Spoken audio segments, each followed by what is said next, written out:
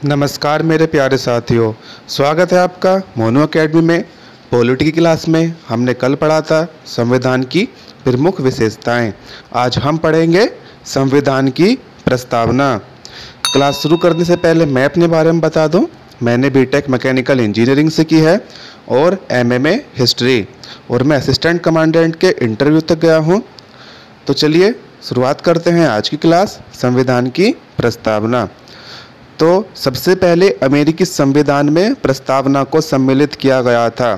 तो याद रख लीजिए, यहाँ से क्वेश्चन आ जाता है कि सबसे पहले संविधान में किसने प्रस्तावना को सम्मिलित किया था, तो अमेरिका। तो उसके बाद अन्य देशों ने इसे अपनाया, जिसमें भारत भी शामिल है। तो जो भारत की संविधान की प्रस्तावना है, इसे संविधान सभा द्वारा अपनाए गए उद्देश्य प्रस्ताव पर आधारित है, और इसमें 42वें संविधान संशोधन अधिनियम 1976 द्वारा संशोधित किया गया था, जिसमें इसमें समाजवादी, पंथनिरपेक्ष और अखंडता शब्द सम्मिलित किए गए थे। तो यहाँ से क्वेश्चन कई बार पूछा है कि 42वें संविधान संशोधन द्वारा प्रस्तावना में कौन कौन से शब्द जोड़े गए थे? समाजवादी, पंथनिरपेक्ष और अखंडता। तो यहाँ पे आपको पंथनिरपेक्ष की जगह कई बार धर्मनिरपेक्ष भी लिखा हुआ मिलेगा, तो आप पंथनिरपेक्ष हो या धर्मनिरपेक्ष हो, दोनों में टिक करके आ जाना। तो अब आते हैं संविधान के प्रस्तावना की विषय वस्तु, यानी कि संविधान की प्रस्तावना मतलब क्या लिखा हुआ है। तो ये काफ़ी है, मैं बोल दे रहा हूँ फिर भी। जैसे कि हम भारत के लोग भारत को एक संपूर्ण प्रभुत्व संपन्न समाजवादी, धर्मनिरपेक्ष, लोकतांत्रिक गणराज्य बनाने के लिए और इसके समस्त नागरिकों को सामाजिक, आर्थिक और राजनीतिक न्याय, विचार अभिव्यक्ति, धर्म, विश्वास व उपासना की स्वतंत्रता, प्रतिष्ठा और अवसर की समता प्राप्त कराने के लिए तथा व्यक्ति की गरिमा और राष्ट्र की एकता तथा अखंडता सुनिश्चित करने वाला बंधुत्व बढ़ाने के लिए दृढ़ संकल्पित है होकर अपनी इस संविधान सभा में आज दिनांक 26 नवंबर 1949 को एतत् द्वारा इस संविधान को अंगीकृत, अधिनियमित और आत्मसमर्पित करते हैं। तो मैंने पूरी इसलिए पढ़ी है क्योंकि इसके अंदर से हमारे क्वेश्चन आते हैं।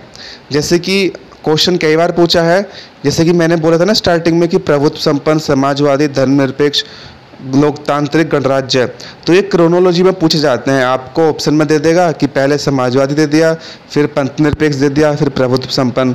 तो आपको क्रोनोलॉजी में पूछ लेगा कि सबसे पहले कौन सा है, सबसे बाद में। तो मैंने इसको ऐसे याद किया था, PSPLG, यानी P से प्रभुत्व संपन्न, S से समाजवाद, P से फिर पंथनिरपेक्ष, L से लोकतंत्र और G से गणराज्य। आप जैसे इसे याद करना चाहें याद कर सकते हैं। मैंने आपको मेरे याद करने का तरीका बता दिया था, PSPLG। और यहाँ से फिर क्वेश्चन पूछते हैं कि प्रस्तावना में कितने प्रकार के न्याय हैं। तो कितने न्याय हैं? 3 याद रख लेने हैं, सामाजिक, आर्थिक और राजनीतिक। 3 न्याय। और स्वतंत्रता कितनी है? 5। विचार, अभिव्यक्ति, धर्म, विश्वास एवं उपासना।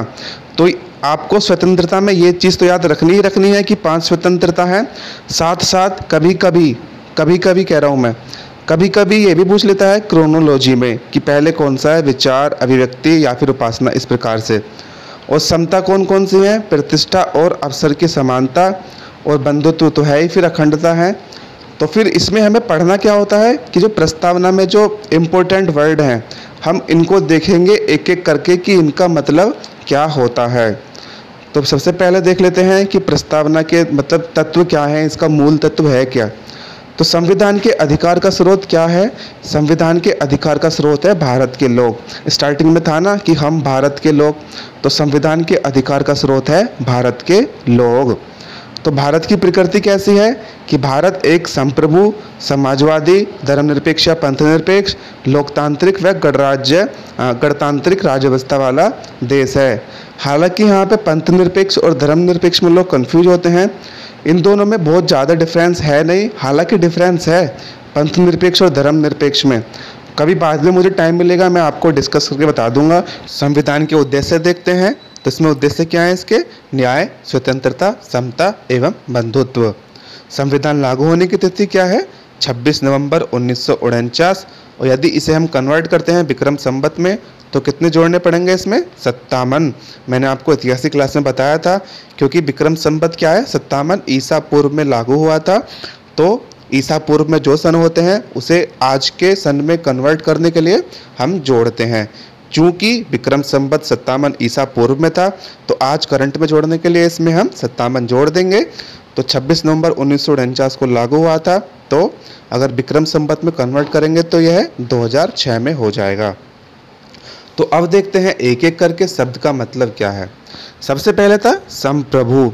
संप्रभु मैंने पहले ही बताया था, संप्रभुत्व का मतलब होता है कि भारत न तो किसी अन्य देश पर निर्भर है और ना ही किसी अन्य देश का डोमिनियन है। तो आपको बस ये याद रखना है कि संप्रभुता का मतलब है कि अपने निर्णय किसी देश द्वारा स्वयं लेना। तो इसमें क्या कर सकता है संप्रभु राज्य? कि भारत किसी विदेशी सीमा की अधिग्रहण कर सकता है या फिर अन्य देश के पक्ष में अपनी सीमा के किसी हिस्से पर से दावा छोड़ सकता है। जैसा कि हमारा भारत और बांग्लादेश का जब समझौता हुआ था लैंड का, तब हमने ऐसा किया था। दूसरा वर्ड है इम्पोर्टेंट, समाजवाद। समाजवाद जो है हमारा भारत का लोकतांत्रिक समाजवाद है, जो कि मिश्रित अर्थव्यवस्था में विश्वास रखता है, ना कि साम्यवादी समाजवाद में।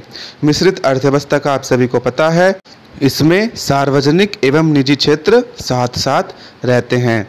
तो यहाँ से एक और क्वेश्चन बनता है कि भारतीय समाजवाद मार्क्सवाद और गांधीवाद का मिलाजुला रूप है, जिसमें गांधीवादी समाजवाद की ओर ज़्यादा झुकाव है। तो अब बढ़ते हैं अपने अगले शब्द धर्मनिरपेक्ष की तरफ। तो धर्मनिरपेक्ष शब्द कब जोड़ा गया था? 42वें संविधान संशोधन में, जब आपातकाल लग रहा था। तो इसमें धर्मनिरपेक्ष के उसमें कौन कौन से आर्टिकल हैं? आर्टिकल 25 से आर्टिकल 28। तो अब देखते हैं लोकतांत्रिक। तो लोकतांत्रिक में क्या होता है कि जो सर्वोच्च शक्ति होती है जनता के हाथ में होती है, क्योंकि जनता द्वारा ही अपने प्रतिनिधियों को चुना जाता है। तो लोकतंत्र दो प्रकार से होता है, प्रत्यक्ष एवं अप्रत्यक्ष। तो प्रत्यक्ष में क्या होता है कि जो लोग होते हैं अपनी शक्ति का इस्तेमाल प्रत्यक्ष रूप से करते हैं, जैसे कि स्विट्जरलैंड। और यह भी मुख्यतः चार प्रकार से औजार यूज कर सकता है, जैसे परिप्रच्छा, पहल, प्रत्यावर्तन यानी प्रत्याशी को वापस बुलाना, या फिर जनमत संग्रह। जैसे कि इसमें लिखा हुआ है, आप देख रहे होंगे कि प्रत्याशी को वापस बुलाना। इसका मतलब है कि यदि आपका एमएलए या एमपी काम नहीं कर रहा है तो उसे वो हटा सकते हैं वहाँ के जो लोग हैं। और जनमत संग्रह का मतलब होता है किसी भी जो नियम बनते हैं या अधिनियम बने उस पर जनता द्वारा राय देना। और अप्रत्यक्ष लोकतंत्र का मतलब है, जैसे कि हमारे देश में, इसमें क्या होता है कि लोगों द्वारा चुने गए प्रतिनिधि सर्वोच्च शक्ति का इस्तेमाल करते हैं। और अल्टीमेटली यानी कि फाइनली क्या होता है कि शक्ति जो होती है वो हमारे हाथ में होती है, क्योंकि हम लोगों द्वारा ही उनको चुना जाता है। तो अब अगले इस पर बढ़ते हैं। लोकतंत्र के बाद गणतंत्र। गणतंत्र में क्या होता है कि लोकतांत्रिक राज्य व्यवस्था को हम दो भागों में बांट सकते हैं, जैसे कि राजशाही और गणतंत्र। राजशाही व्यवस्था में क्या होता है, राज्य का जो प्रमुख होता है राजा या रानी होता है, और वह उत्तराधिकारी के माध्यम से के पद पर आसीन होता है, जैसे कि ब्रिटेन में आप देखा होगा कि ब्रिटेन में है।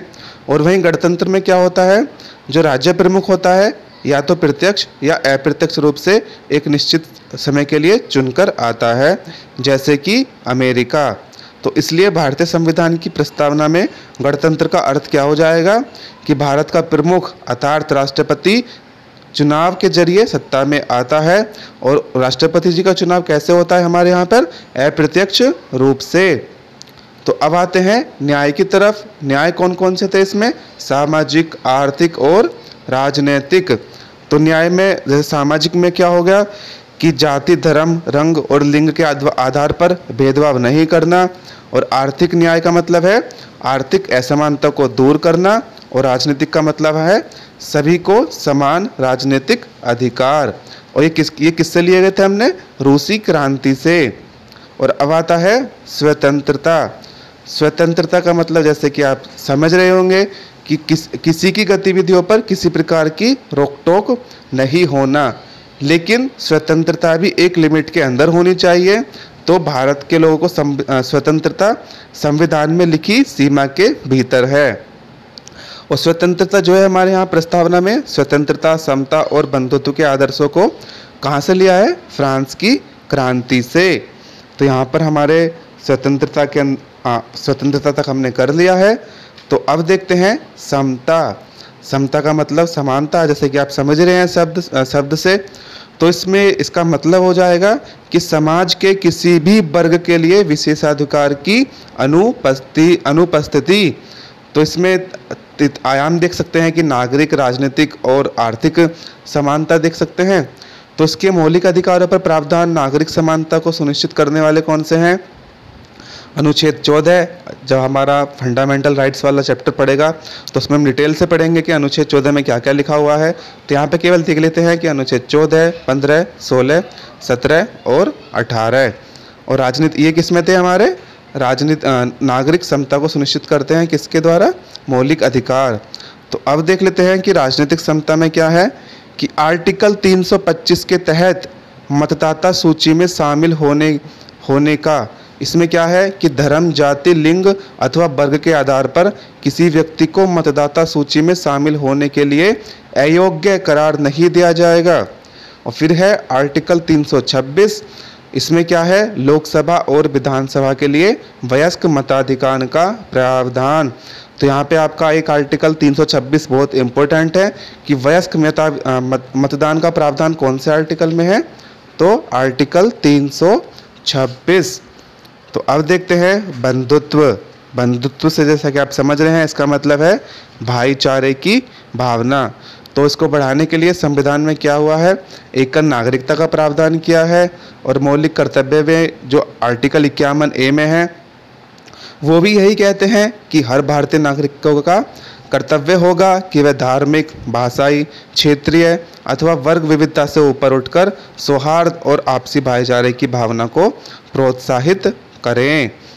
तो इसमें बंधुत्व में दो बातों को सुनिश्चित करना होगा।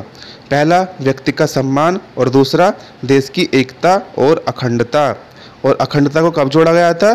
42वें संविधान संशोधन 1976 के द्वारा। तो यहाँ पे आपके जो महत्वपूर्ण पॉइंट थे वो यहाँ पर समाप्त हो गए हैं। और अब देखते हैं कि प्रस्तावना का महत्व है क्या। तो प्रस्तावना से क्या होता है? हमें उसका दर्शन, उसका राजनीतिक, धार्मिक एवं नैतिक मूल्यों का उल्लेख होता है। और यह संविधान की नींव रखने वालों के सपनों और अभिलाषा को परिलक्षित करता है। तो इसमें एक दो स्टेटमेंट देख लेते हैं कि किसने क्या कहा था। ये भी कभी कभी पूछ लेता है कि अल्लादी कृष्ण स्वामी अय्यर ने कहा था कि यह हमारे दीर्घकालीन सपनों का विचार है। और पंडित ठाकुरदास भार्गव और एम हिदायतुल्ला जो कि एक्स CJI यानी कि भूतपूर्व चीफ जस्टिस ऑफ इंडिया थे, उन्होंने कहा था कि यह संविधान की आत्मा है। तो अब देख लेते हैं कि क्या संविधान जो प्रस्तावना है क्या वो संविधान के एक भाग के रूप में है।